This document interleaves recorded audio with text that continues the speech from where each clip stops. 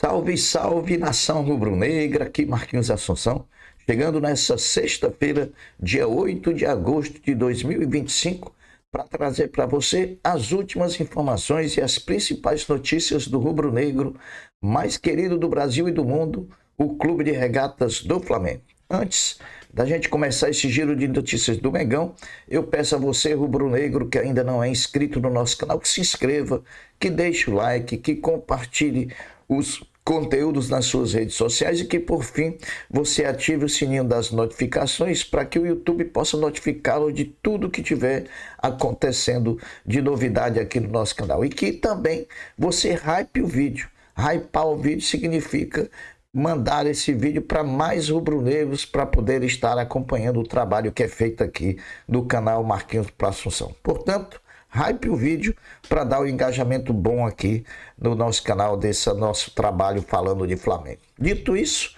vamos às notícias do Mengão.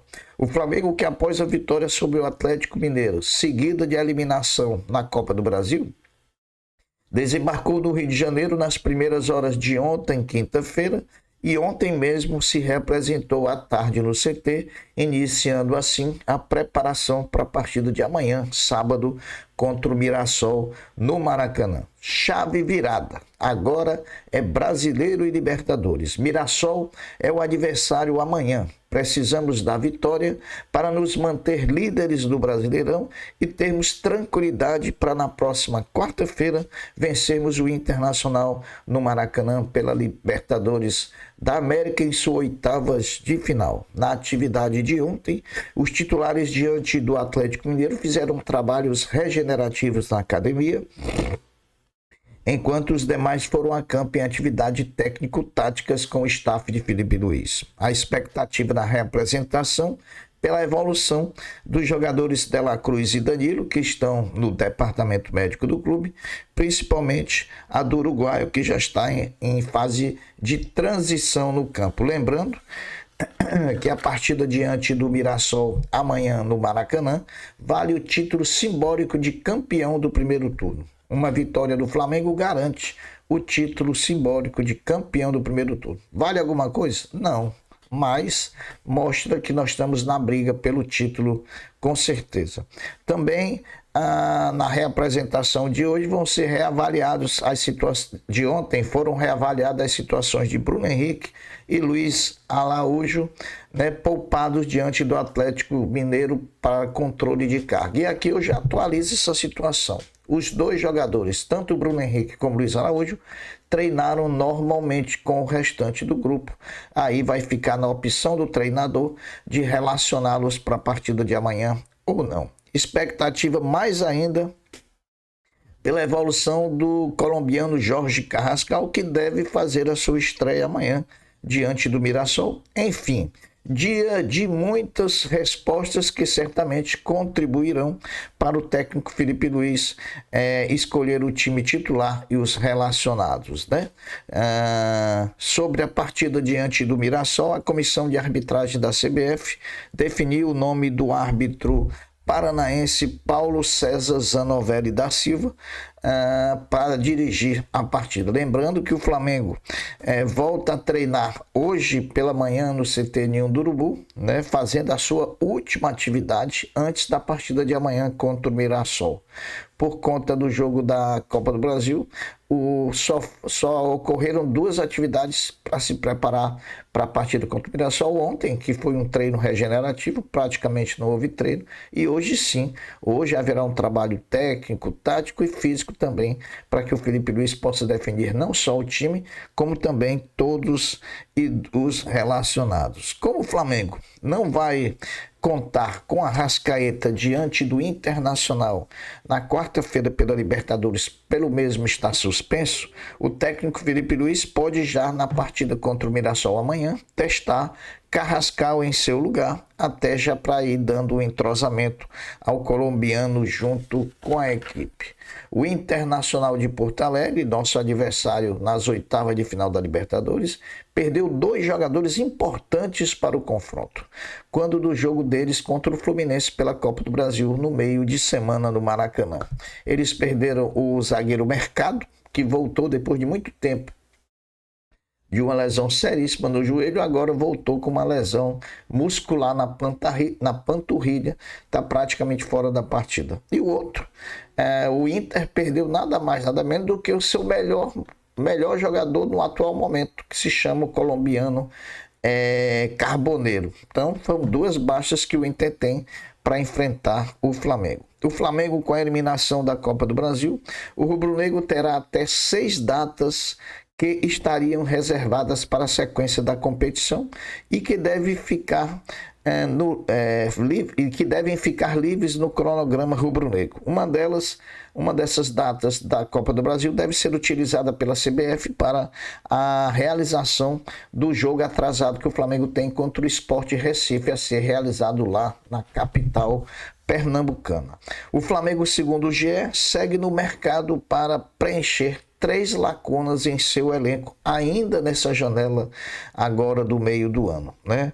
Eles identificaram no seu elenco as lacunas nas posições de goleiro, zagueiro e atacante. Os nomes não foram revelados, podemos ter aí novidades até o dia 2 de setembro, dia do fechamento da janela. Para quem gosta de contratação, ainda vem 3 aí para alegria da torcida Fla Contratação.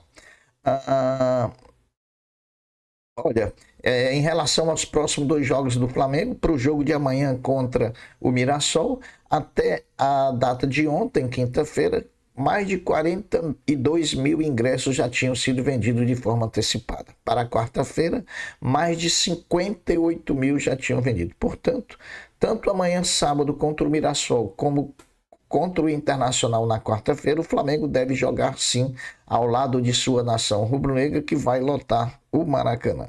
O zagueiro Pablo, encostado no Flamengo há muito tempo, treinando em separado por não fazer parte dos planos do técnico Felipe Luiz, pode estar de saída do clube há 4 meses e pouco do final do seu contrato. O atleta negocia sua saída para o clube russo SOK, discutindo ainda questões financeiras com o clube russo. O Flamengo não dificultará nenhuma saída do zagueiro Pablo nesse momento. Vamos ver o que é que o Pablo decide, né? Pode ser que esse contrato com o time russo seja bom para elastecer o prazo de contrato com um contrato grande que eu digo do ponto de vista financeiro, até porque ele sabe que aqui no Brasil o último grande contrato dele vai ser esse contra o Flamengo, com o Flamengo que se encerra no dia 31 de dezembro de 2025. Definido pela Comissão de Arbitragem da Conmebol, a equipe de arbitragem completa que trabalhará na estreia do Flamengo nas oitavas de final da Libertadores, próxima quarta-feira, dia 13, contra o Internacional no Maracanã. Conheça a equipe de arbitragem que comandará Flamengo e Inter. Árbitro Dario Herrera, da Argentina, assistido na bandeira 1 por Gabriel Scheide, também da Argentina, na bandeira 2 por Facundo Rodrigues, também da Argentina. O árbitro de vídeo, popularmente conhecido como VAR, é Hernan Mastrangelo, também da Argentina. Então, equipe toda da Argentina para comandar Flamengo e Internacional. A eliminação do Flamengo na Copa do Brasil fez o clube não cumprir a projeção orçamentária em relação à competição, uma vez que a meta do Flamengo perante o orçamento em relação à Copa do Brasil era de ir pelo menos até as semifinais, o que lhe proporcionaria receber em torno de 21 milhões de reais de premiação na competição. Com a saída precoce do Flamengo, o rubro-negro deixa a competição com quase 6 milhões de reais de premiação, ou seja, 15 milhões a menos daquilo que projetou em seu orçamento.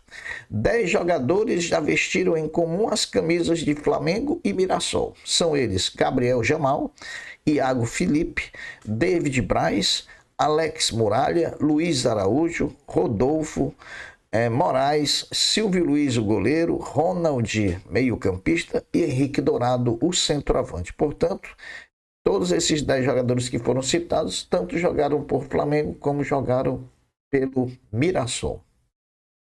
A CBF vai realizar na próxima segunda-feira, dia 11, na sua sede, o sorteio das oitavas de final da Copa do Brasil Feminina, Veja os times que participarão do sorteio: Atlético do Piauí, Esporte Clube do Recife, Juventude, Bragantino, Palmeiras, Ferroviária, Bahia, Atlético Mineiro, Flamengo, Realidade Jovem, Corinthians, Inter de Porto Alegre, São Paulo, Vitória da Bahia, América Mineiro e Fluminense. Incrível, meus amigos, incrível mesmo.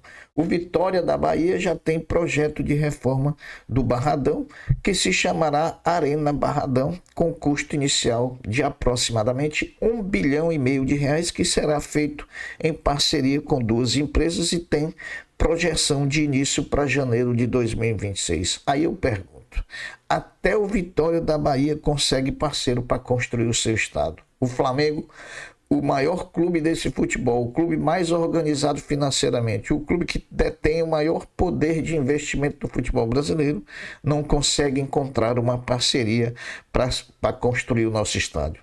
Essa questão do BAP, só acredita quem quer, né, pessoal? Então, tem muito mais pouca vontade do que condição de fazer. Esse é meu entendimento. Mas vamos ver o que vem pela frente aí.